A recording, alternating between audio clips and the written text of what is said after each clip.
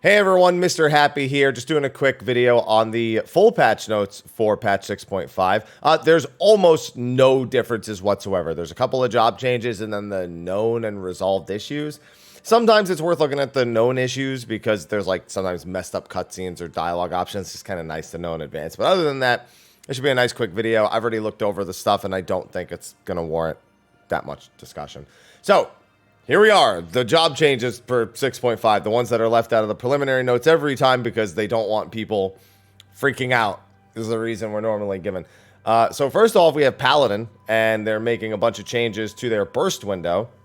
Now, Circle of Scorn, the 20 potency every time you do that.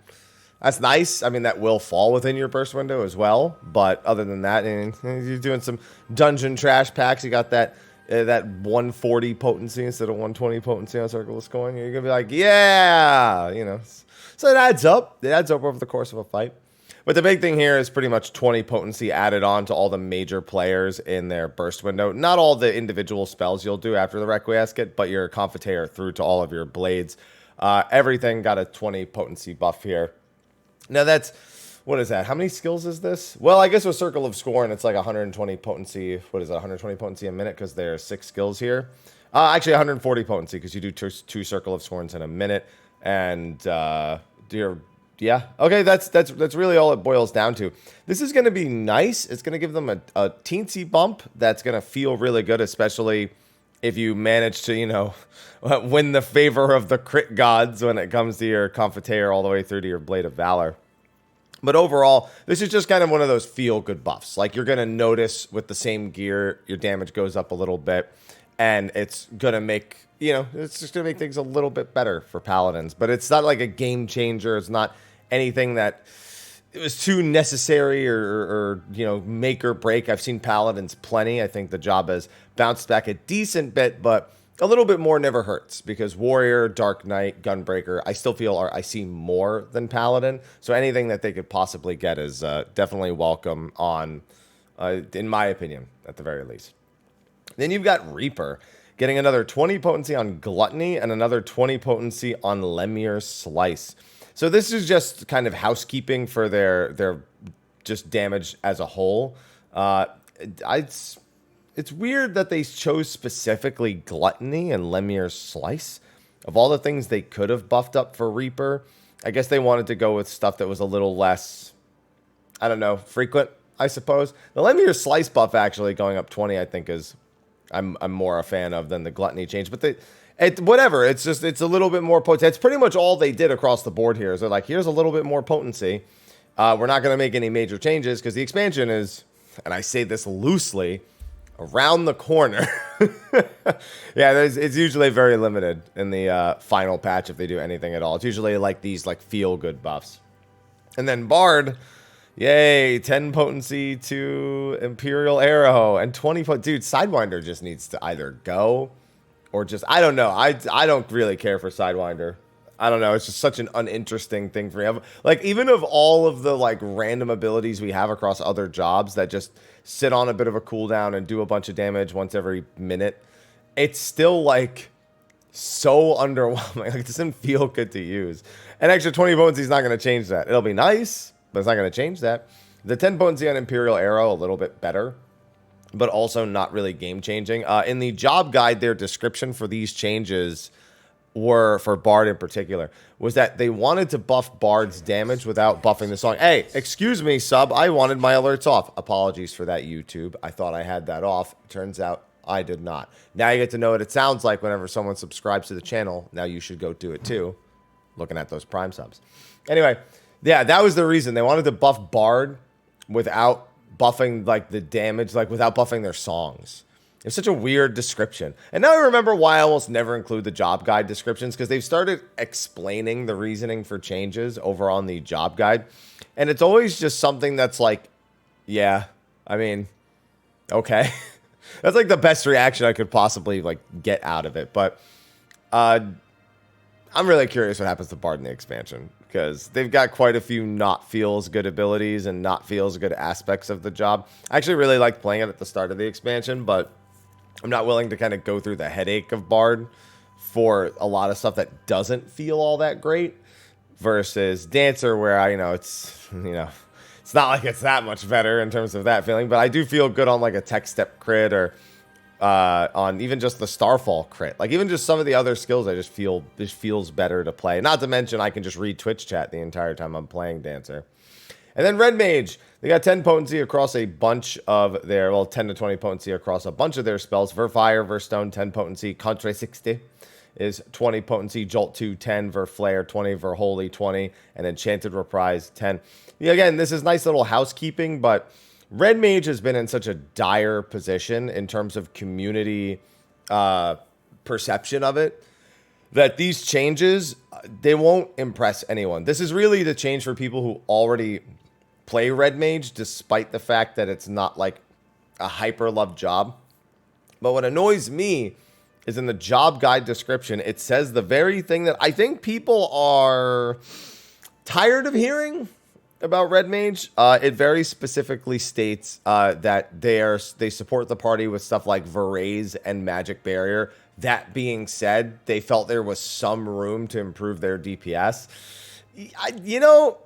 Maybe shouldn't have led with that, in my opinion, because a lot of people are not a big fan of those reasonings as a whole, especially given how many raw body checks and outright wipe mechanics there are. It's one of those things where I love having Red Mages in, let's say, my Unreal trials for the week, or even just my Extreme trials in general, or in like 24-mans or stuff. Like in places that are not high-end, Red Mage is an absolute asset. And I think they factor that in a lot, but that's also a place where DPS isn't an absolute asset. I mean, I guess in Extreme trials, that's not so much the case, but it's pretty important there. But this isn't going to sway anyone who stopped playing to play Summoner or Black Mage. It's just going to support the people who already play it. And maybe make the people who are forced to play it for like a group or something feel a little bit better until Dawn Trail actually rears its head sometime during the summer.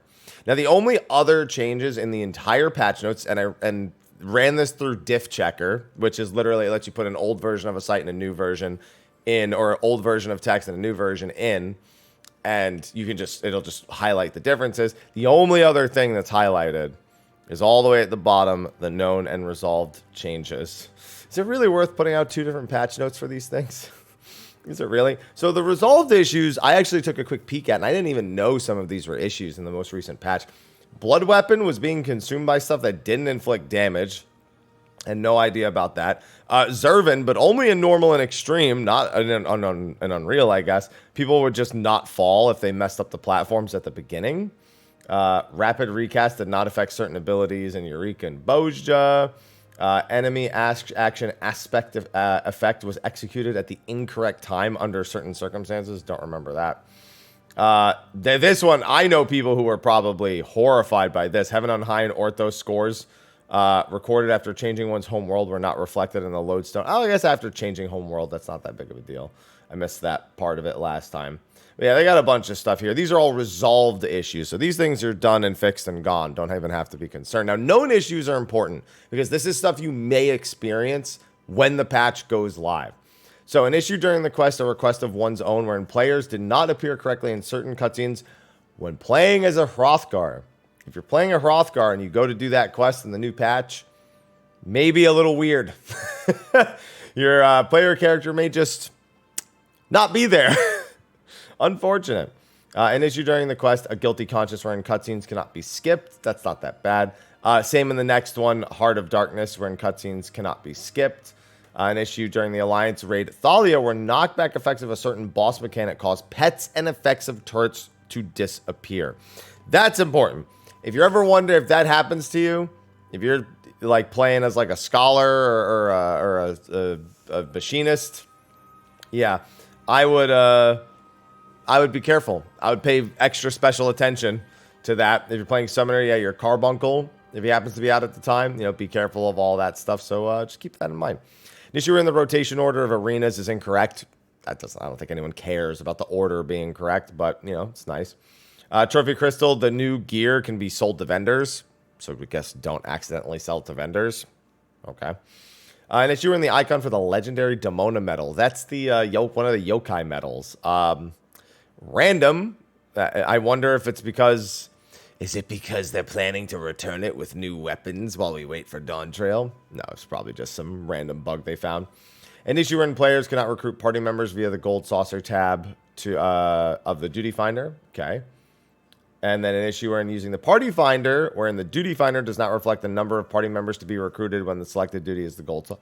So it sounds like they just ran into a few issues with the new Gold Saucer changes that they made with the Party Finder and whatnot. An issue wherein footsteps cannot be heard in certain locations in Rads at Hand. That's kind of spooky, so that kind of fits for October. An issue wherein the DualSense controllers ran under certain conditions. The controller does not vibrate even when enabled. Okay, and then some other graphical issues and text issues. So if you see anything in quests that looks kind of off or dialogue that's misspelled or whatever, they've got some other stuff in there as well.